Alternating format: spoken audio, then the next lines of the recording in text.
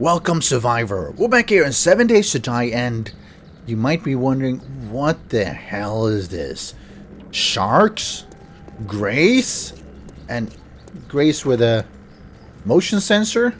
Oh, what's that over there? What are all these? Well, obviously 7 Days to Die is a zombie game. But one of the challenges I find with the zombie game is that, there are some regular zombies. We have our Darlene, our Mo, and, this Screamer and some stuff like that. But they're really basic. There are no specific boss zombies. And if you want to normally have additional zombies, you have to install mod packs with all these different assets and everything. I'm going to show you a really awesome mod that you can put in yourself, either when you're playing yourself, or if you have a server, you just drop it in. It's a server-side XML mod only, which means that players, except for the servers, don't need to install, which makes it really, really convenient, and it's awesome. Look at all these different...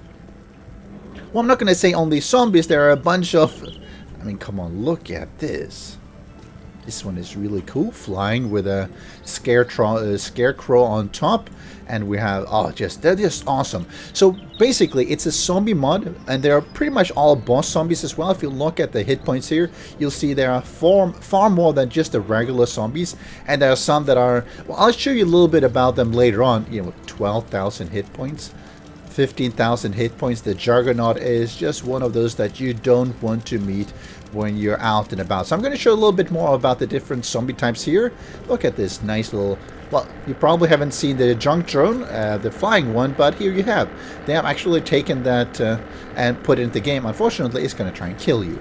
I'm also going to show you how you actually install it, because it's super easy. But why don't we start with how to actually install it, and then... take it from there. And it's really simple. You go to your 7 Days to Die, right click on it, go to properties, and that's where you do local files and browse local files. That will take you to install. Make sure you create a mods folder. If it's not there, just create it yourself.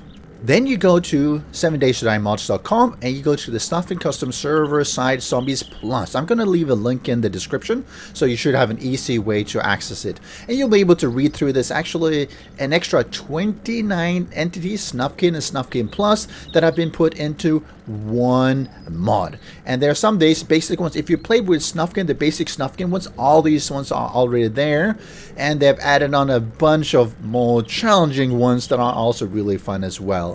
And they have some information about it. What you want to do, you want to scroll down towards the bottom and look here at the download, and then you hit the download. It'll tell you where to save it, and you save it on disk.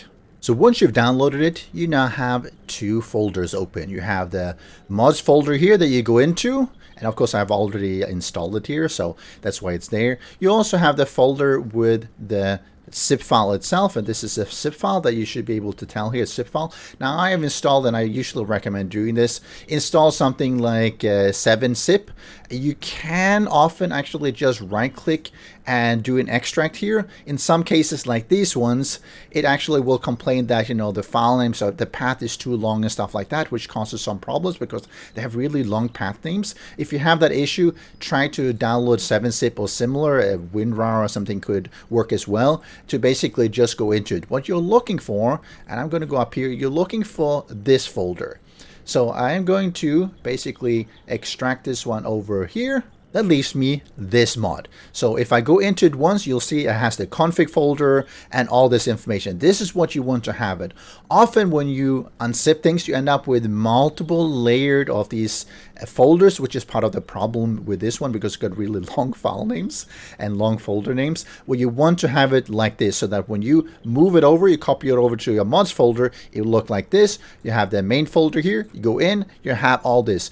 If here instead you have another folder that is nested with another folder, etc., just make sure you copy everything up like this. It should be mods, the mod should be in here, and bam, the rest of it should be in here. If that's the case, it should load cleanly. Then you can just start the game. And once you've started the game, it'll look something like this. Well, actually, they don't actually spawn in by these many in one location, unless maybe it's a Blood Moon Horde. I have manually spawned it in myself, because you can do that as well. Let's say you want to have tons of these pink Sasquatch, whatever. Oh, watch him fly over there. Anyway, they do normally spawn in two different scenarios. One, they will definitely spawn during Blood Moon Hordes, and there are some spawns in their biomes as well, and I'll go and look for some after I've shown you a bit here. So these ones are basically different types of zombies. There are some that are animals that will try and kill you, and some are a little bit easier than others. This one has 700 hit points. She has 1100. This one has 2200. And then you see, there's a little bit of each, but compared to something like him, which is a regular zombie who has 150 hit points, these ones are a lot tougher. So make sure that you have a bunch of good friends with you, or a lot of ammunition, a lot of good weapons, because they can be really, really tough to kill. If I start up the AI here, you'll see everything will start to come after me. And even though you obviously, well, you'll see some of them are flying like... Oh, I love this shark, actually. The shark is actually like everything here. The models exist in the game. These are not additional models. These are only XML mod that basically will take whatever is inside the game and put them together in a slightly different fashion. Whoa, whoa, whoa. So if you look at this one... Wow, I've been hit by something. You look at this one, it's the Demolisher. He's put some turrets and some barrels on his back. If you look at this, obviously it's a reindeer with a zombie corpse on top of him with an axe.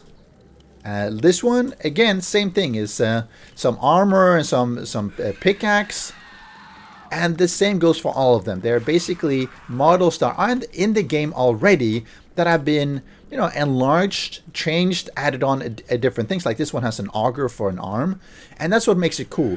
It means that if you're playing on a server, you only need the server to install it. Each client will not need to install it, which makes it really, really convenient. Because that's a problem with a lot of mods where, yes, they're really cool, and you add it onto the server, but then each client needs to install it as well.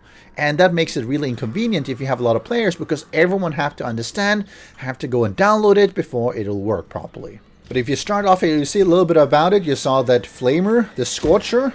Saw there was someone else that was puking some green stuff as well. And obviously they all have different abilities. Like this one can fly. This one will fly. This one's got some pretty cool audio as well. You can get it to trigger some audio. Enemy targeted. Oh, there we see enemy targeted, which is really cool. And then it's sort of shooting that electricity at me. And it will sort of track you and fly after you. Same thing with the shark and the guys and everything. And some of these are just they're just terrible. They're not something that you want to have around all the time. I didn't want that one. I wanted something else. You have the Archon, which is, it flies. And that's something that is a bit lacking in vanilla. There are very few flying. I mean, we have the Vulture, but that's it. These ones, because they're flying, they can get in a lot of places over your walls, and that makes defending your base so much more interesting. And it's just an awesome thing to do on Blood Moon Hordes. And you will see some of them spawning just randomly as well. I'm out here in the snow biome. You'll see we have the Hell Lion here. And I think, yeah, we have a Geist as well that is flying around. So they have improved that. So they've basically put them into their spawn groups. So just moving around, you will run into them as well. Of course, it'll be one here and one there. It's not going to be tons in one location. Unless, of course, it's a Blood Moon Horde. Because during the Blood Moon Hordes, a lot of them will be spawning. And that makes the Blood Moon Hordes really, really interesting. Because they're no longer going to be a walk in the park. You're going to see, you see the paint here. Oh, and I think that's the Geist. You see the Geist are tossing all these explosive around you. And that's something that makes this mod pack really, really interesting. Because a lot of the times, late game, the zombies are really easy to kill.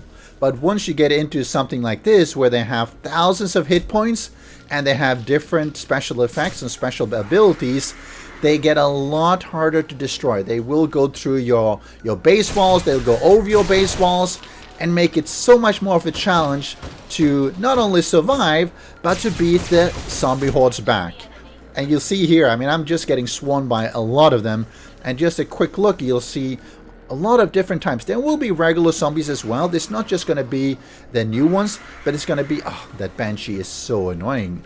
There's going to be a lot of the new types as well. that will really test your base defenses. So go and try this mod out. If you have a server, multiplayer server, definitely suggest you trying it out. It does play pretty well with a lot of mod packs as well. I have tried it on Undead Legacy on my recent streams, which has been just awesome. Just trying it out with a different kind of difficulty that is not just simply killing the regular zombies, because these ones are very, very tough. But I hope you enjoy this. Try this out against one of your late game bases and let me know how it works. See you next time. Special thanks to the great patrons supporting the channel. If you would like to join the Vedui community and support these videos, do follow the Patreon link.